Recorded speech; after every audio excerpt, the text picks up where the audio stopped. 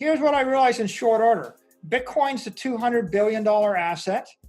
Bitcoin is a hive of cybernetic hornets doing the bidding of Mother Nature, protected by a wall of encrypted energy, right? That's what I saw once I started to dig it. It's a living cybernetic hive creature with a wall of encrypted energy, and Lord help the guy that tries to shove his hand into that hornet's nest and steal from it.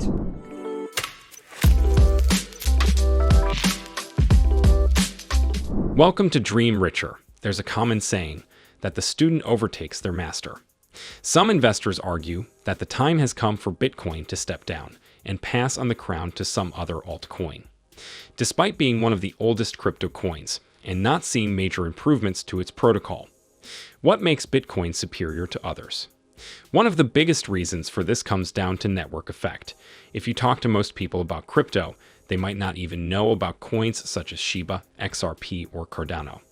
However, everyone has heard the word Bitcoin at least once in their life. This is what you call network effect that slowly begins to call in more investors.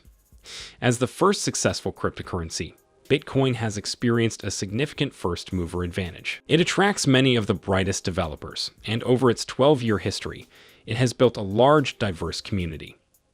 Tens of thousands of nodes across the world connect to form Bitcoin's network, which is far larger than any other cryptocurrency when measured by hash rate, market capitalization, or volume. By the end of this video, Mr. Saylor unravels the mystery of Bitcoin supremacy. If you find the video helpful, then don't forget to subscribe. Let's get right into it. And then I studied Ethereum. That's the number 2. And then I realized Ethereum is something totally different, a world computer, and they're still chasing after functionality. All sorts of functionality, and like, more power to them. Decentralized finance, it's interesting, it's experimental. It might be something that Microstrategies build something on in the future for Ethereum. Yeah, I mean, I guess what I'd say is I saw all that stuff, but still a question of will it work? It has to be proven, and there are centralized competitors to it, and they're not done with the functional architecture. I mean, if you understand proof of work, then when the founder says, well, we think we're going to switch it to proof of stake because we don't think proof of work will work for us, then you realize there's a fundamental dogmatic set of assumptions, and there's an existential debate going on there. Sure, fast forward to the conclusion, which is, if you look at all the proof of work crypto networks, Bitcoin is 92% of them all. The next competitor is 2%. The next competitor is 1.5%. The next competitor is less than 1%. It's the market screaming to you that there's a winner, right? So when everybody says, well, there might be another one. No, Bitcoin is the Facebook of closed digital monetary networks. And it's already crushed everything. It's software eating the world, right? Software eating money. And it's only going to get more powerful. Bitcoin has experienced an uptime unparalleled by any technology or company. Since 2013, Bitcoin has remained active and accessible without interruption. Not even companies like Google, Microsoft, or Facebook have achieved this level of reliability.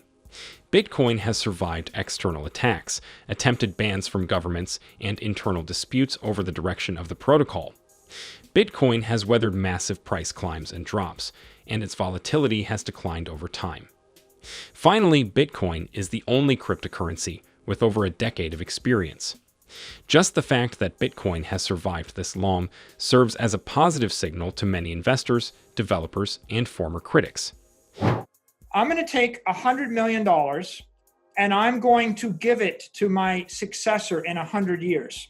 Okay, you want to send something to your grandchildren or your great-grandchildren. If you want to endow anything of value, a park, a company, an institution, a foundation, a family, a whatever, a religion, a political system, I don't care what it is. If you believe in it and you want it to be here 100 years from now, you got some money.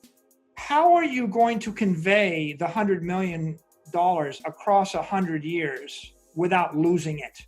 Would you invest it in Apple stock? Apple might not be around. Would you invest it in dollars? Traditionally, real estate's been that answer, but even that's risky.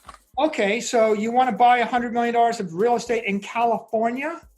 Okay, do you know what the property tax rate is in Florida?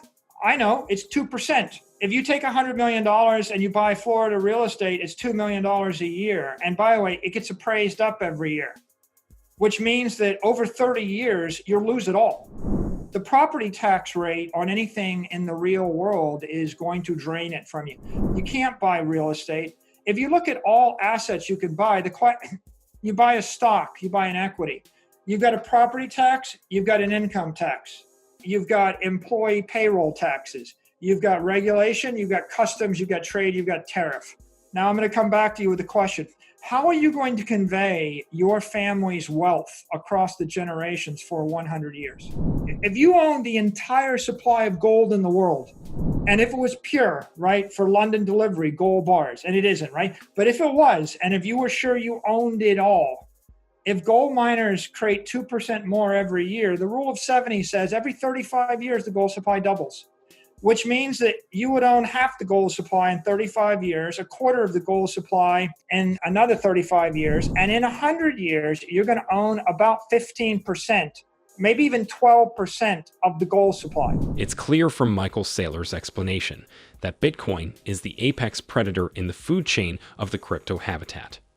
Several altcoins have copied Bitcoin's hard cap, including forks of Bitcoin itself. However, only Bitcoin's hard cap is reliable for two reasons. First, only Bitcoin can truly claim to be decentralized. An altcoin, on the other hand, or any currency for that matter, which is centralized, cannot reliably establish a hard cap. Why? Because the authority in charge can simply revoke that hard cap at any point. With that said, what gives Bitcoiners ultimate confidence that no altcoin will ever overtake Bitcoin is its fair, immutable monetary policy. This is a trait which cannot be improved upon by any technology. Do you agree with Mr. Saylor's opinion? Let us know in comments below. To learn more about the latest crypto news, watch these videos here.